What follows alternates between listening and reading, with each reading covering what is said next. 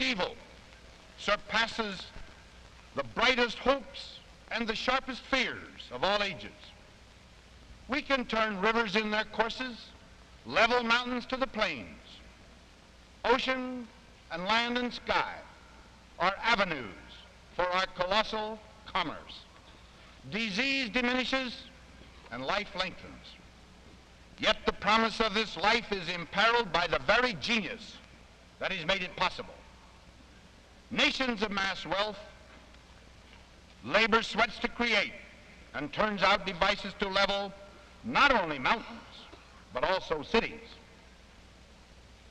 Science seems ready to confer upon us, as its final gift, the power to erase human life from this planet.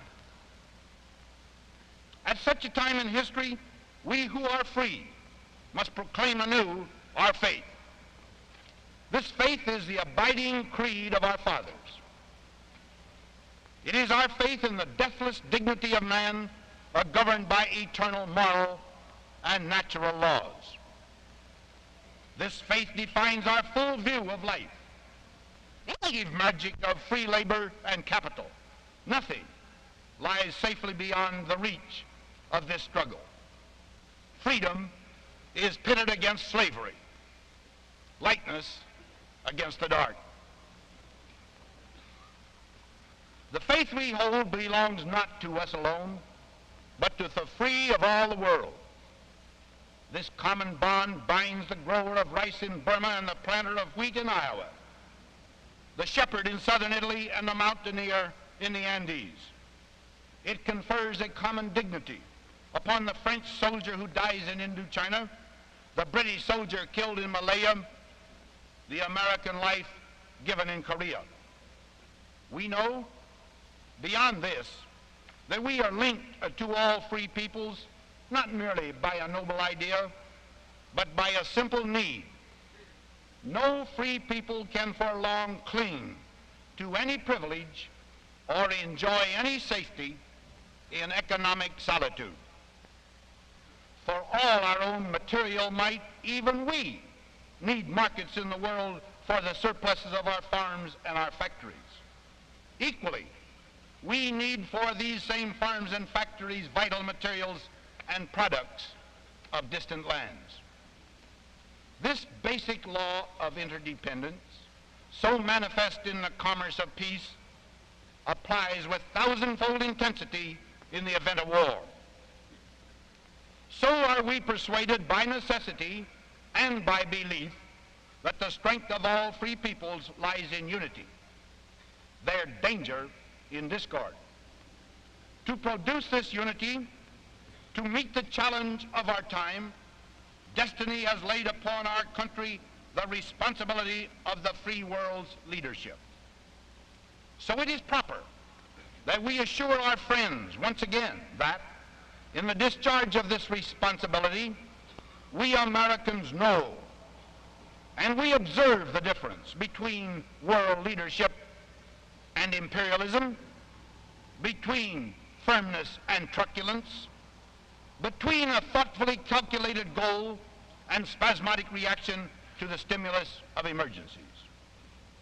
We wish our friends the world over to know this, by which every participating nation will prove good faith in carrying out its pledge. Number two, realizing that common sense and common decency alike dictate the futility of appeasement, we shall never try to placate an aggressor by the false and wicked bargain of trading honor for security.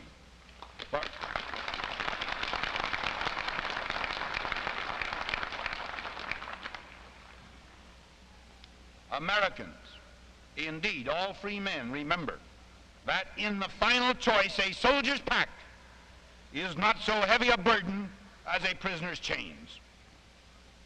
Number three, and economic institutions.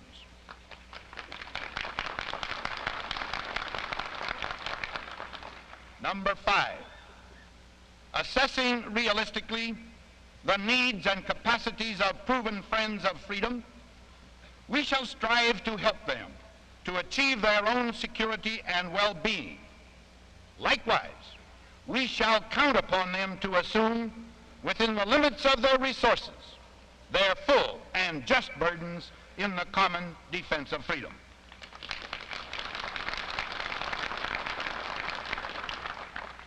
Number 7, impoverishment of any single people in the world means danger to the well-being of all other peoples.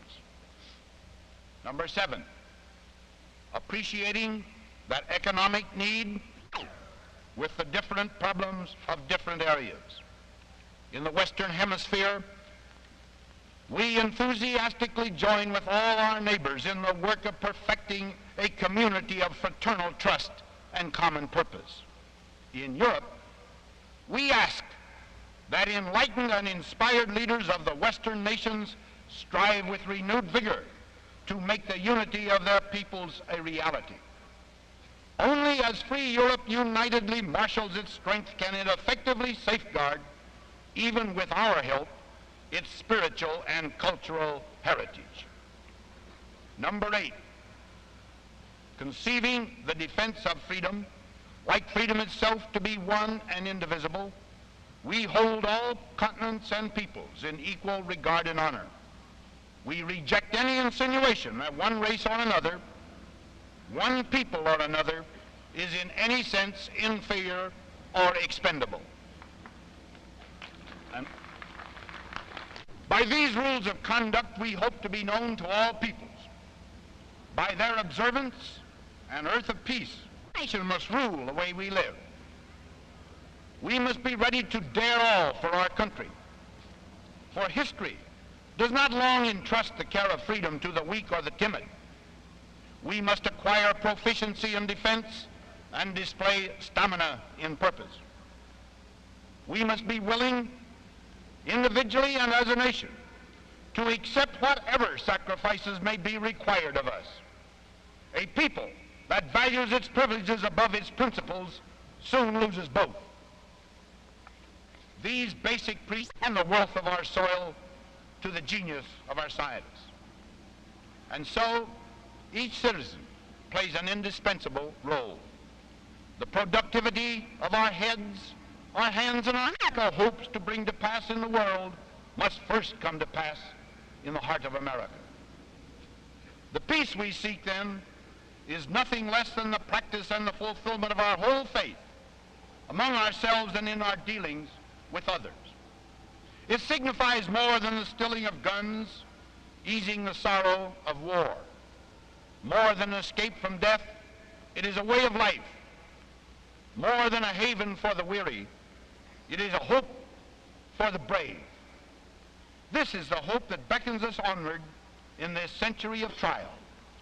This is the work that awaits us all, to be done with bravery, with charity, and with prayer to Almighty God. My citizens, I thank you.